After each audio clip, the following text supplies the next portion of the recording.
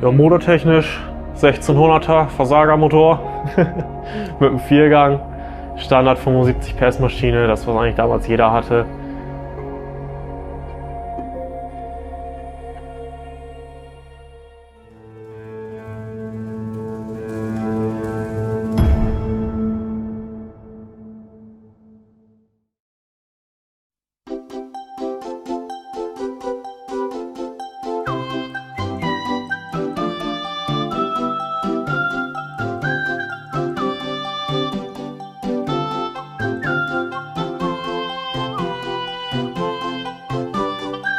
Die Form, diese eckige Form, diese markante Form einfach, so dieses, es war damals mal so ein Brot- und Butter-Auto, was sonst immer jetzt weggeschmissen wurde, was aber keiner mehr auf dem Schirm hat.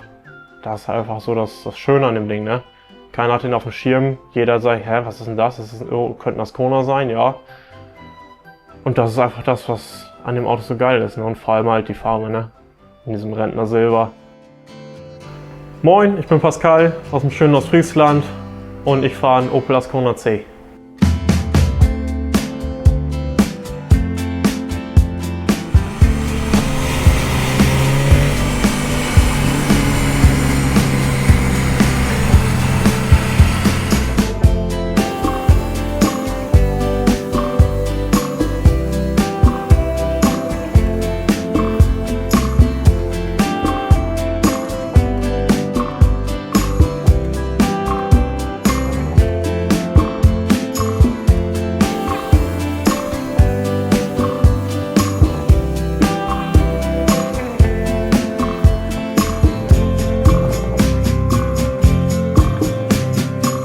Ja, einfach weil mein Vater mich da ein bisschen mit infiziert hat.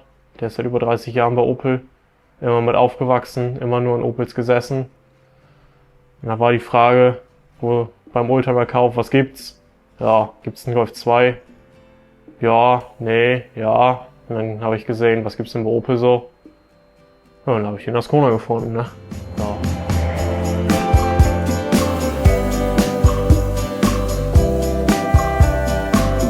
Sauerkrauts. The authentic streetwear brand for petrolheads. Besuche unseren Online-Shop und finde dein Lieblingsstück.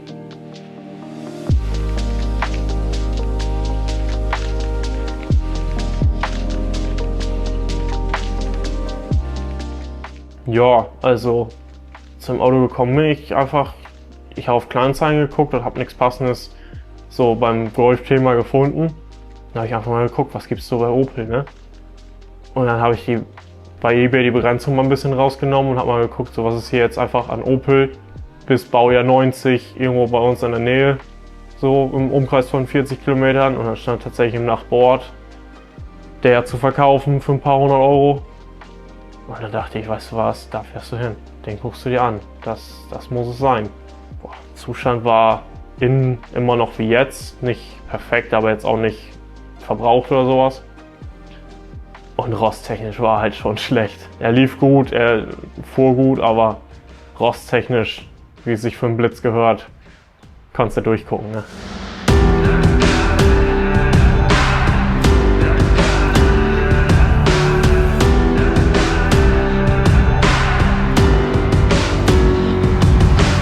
Erstmal war einfach, weißt du was, scheiß drauf, war erstmal TÜV.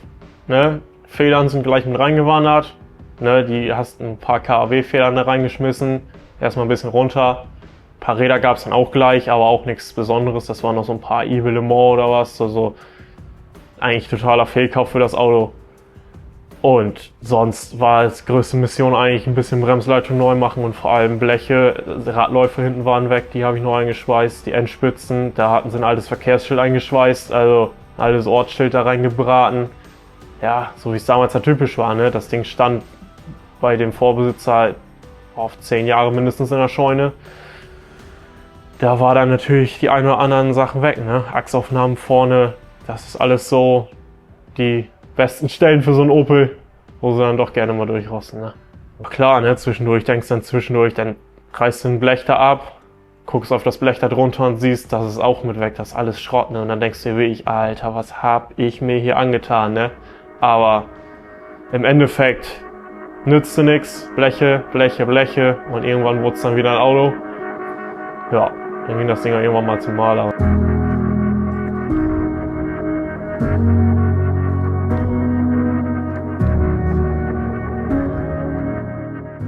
So im Großen und Ganzen Service alles mal gemacht, ne? Mal einen Zahnriemen drauf geschmissen, mal irgendwo mal ich sag mal, alles was man so mal, Bremsen und sowas, Verschleißsachen neu gemacht.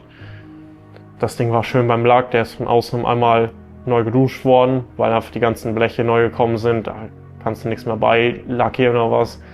Da haben wir ihn einmal komplett mit Scheiben drin, aber leider würde ich im Nachhinein auch nicht wieder machen, aber mit Scheiben drinne, einmal geduscht.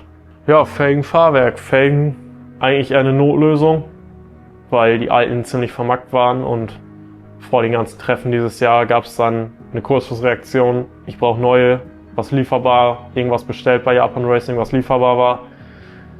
Das sind jetzt 7,5 x 17, ne, Standardmaße, 185er Reifen drauf, dass es ein bisschen rauskommt und dann ist es da drauf gewandert. Und das bleibt aber auf jeden Fall nicht so. Da gibt es nächste Saison eigentlich, glaube ich, nochmal was Wilderes oder was Schöneres.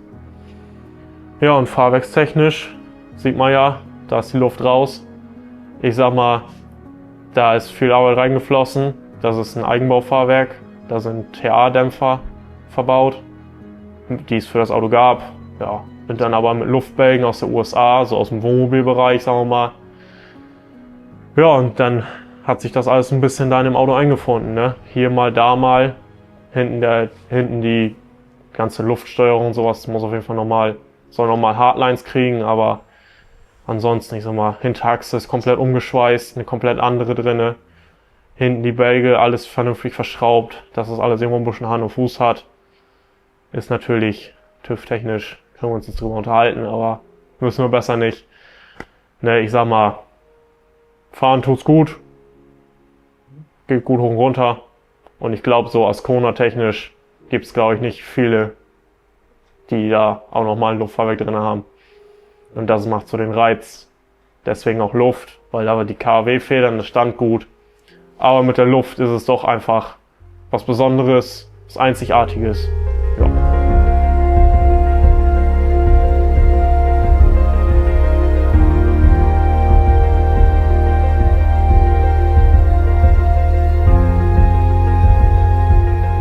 Ja, motortechnisch 1600er Versagermotor mit einem Viergang, Standard 75 PS Maschine, das was eigentlich damals jeder hatte. Habe ich tatsächlich eigentlich nicht kaputt zu kriegen, aber tatsächlich habe ich mal einen kaputt gekriegt. War dann auch nicht allzu geil, einen zu finden. 2 Liter gibt es in jeder Ecke, aber die 1,6er hat sich natürlich keiner aufgehoben. Da mal wieder einen zu kriegen, wo ich den ja letztes Jahr mal im Arsch hatte, war ja nicht ganz so leicht, aber naja. Und jetzt soll er eigentlich nochmal in 5-Gang rein, weil mit den 4 Gängen, das hat auf der Bahn einfach nichts, ne? Und Doppelvergaser. Rein soundtechnisch einfach nochmal ein paar Doppelvergaser. Das wäre nochmal ein Upgrade fürs Auto, wo ich sagen würde, das muss auf jeden Fall noch. Mal schauen, was der Winter so bringt, ne?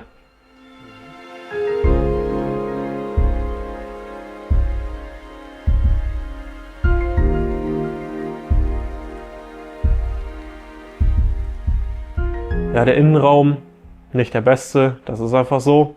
Aber er hat halt seine Patina und gerade das finde ich geil. Das Auto ist zwar einmal geduscht worden, aber ich möchte nicht, dass das Auto perfekt ist. Dann habe ich halt keinen Bock mehr damit zu fahren, ne? Ich sag mal, der Innenraum, wenn ich da reinsetze, das erzählt eine Geschichte. Hier ist ein Brandloch, da kommt ein Faden aus dem Sitz und sowas. Das ist halt alles so, sag ich mal, Patina, ne? Das ist so, wie es damals war, wie er gelebt hat und das finde ich einfach geil und deswegen wollte ich das einfach so erhalten, wie es ist, ne? Ich möchte kein perfektes Auto, ich möchte einfach so wie er ist. Ich sag mal, ein bisschen was ist natürlich nochmal reingewandert. Das Originallenkrad, das konnte ich mir leider wie ich nicht geben. Das 2 Speichen, das ist pottenhässlich, da ist ein Sportlenkrad reingeflogen, von König müsste es sein.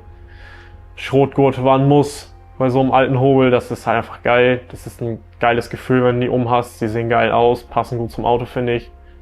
Ne? Dann habe ich da mal ein paar Lautsprecher auf Hutablage, so diesen Klimbim, den man damals hatte, so dieses 90er, finde ich einfach geil, passt zum Auto und also wo er damals zu mir kam, hat er so 2 unschöne Löcher unten in der Schürze und da hat der Vorbesitzer mir leider die Nebelscheinwerfer abgebaut.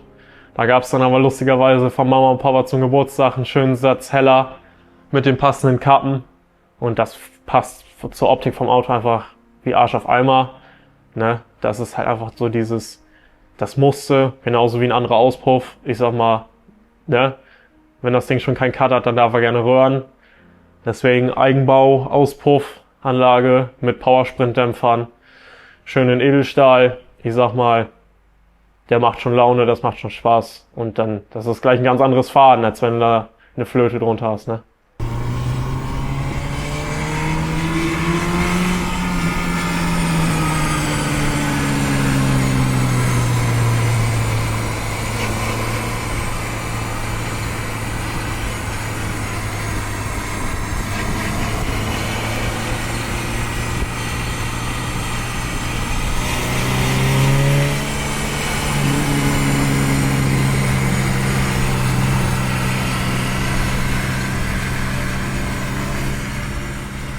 Die alten Autos haben eine Seele. Die alten Autos sind einfach dieses Klassische, dieses Schöne, die Formen, die Farben, wie sie fahren, wie sie aussehen, wie man dran schrauben kann. Es ist einfach, du setzt dich in so ein altes Auto und du hast erstmal Ruhe. Du bist entschleunigt. Du fährst irgendwo hin, selbst wenn du zur Arbeit fährst und eigentlich hast du ein Lächeln im Gesicht. Ne? Mich fasziniert diese alte Technik, diese alten Autos. Und deswegen, ich glaube, sowas Neues kriege ich, glaube ich, auch nicht wieder so schnell.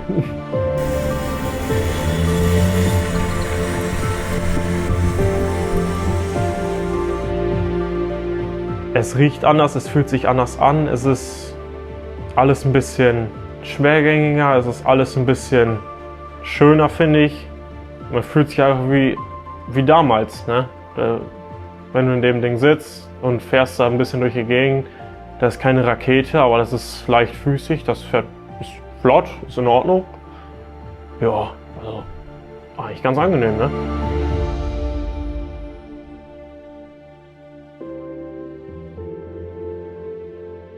Also die Pläne für die Zukunft auf jeden Fall.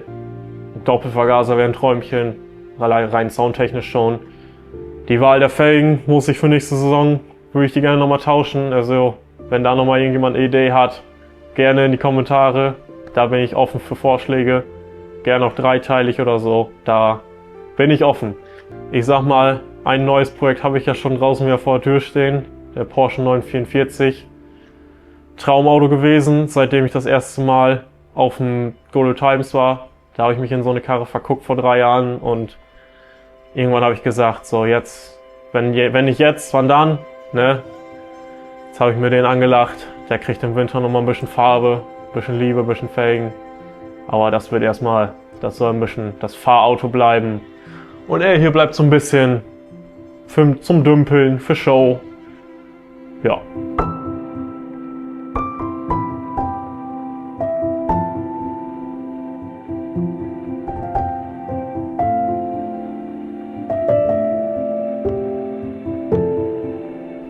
Ja, geholfen bei dem Projekt. Da haben auf jeden Fall ein paar Kollegen. Da muss ich erstmal Grüße an Daniel. Danke, dass du mir den Spleen in den Kopf gesetzt hast mit dem Luftfahrwerk. Und danke, dass du es mit mir abgeholt hast. Das war auf jeden Fall eine große Hilfe. Das haben wir da zusammen nochmal reingerührt. Dass wir die ganzen Sachen da, die ganzen Komponenten da schön vernünftig verbaut haben und alles da reingerührt haben. Danke an Mike, der immer da ist, wenn wir da irgendwelche neuen Scheißideen haben und wieder irgendwas machen, tun, abstimmen, fahren oder was weiß ich. Ne? Generell, ich grüße alle meine Kollegen. Ist immer geil. Ne? Das Schrauben ist einfach Familie, ja.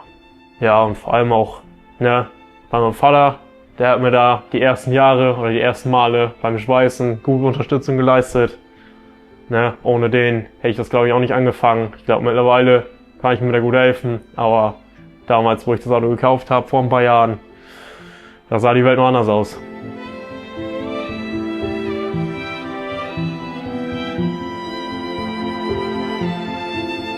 Ja, vielen Dank fürs Zuschauen. Ne? Lasst ein Like, einen Kommentar da. Schreibt mir gerne mal in die Kommentare, was ihr für Felgen auf dem Auto sehen würdet. Und dann würde ich mal sagen, vielen Dank fürs Zuschauen und lasst ein Like, einen Kommentar da. Wie gesagt, abonniert den Kanal. Was die Jungs machen, ist echt geil. Und dann wünsche ich euch noch eine schöne Restwoche. Wir sehen uns.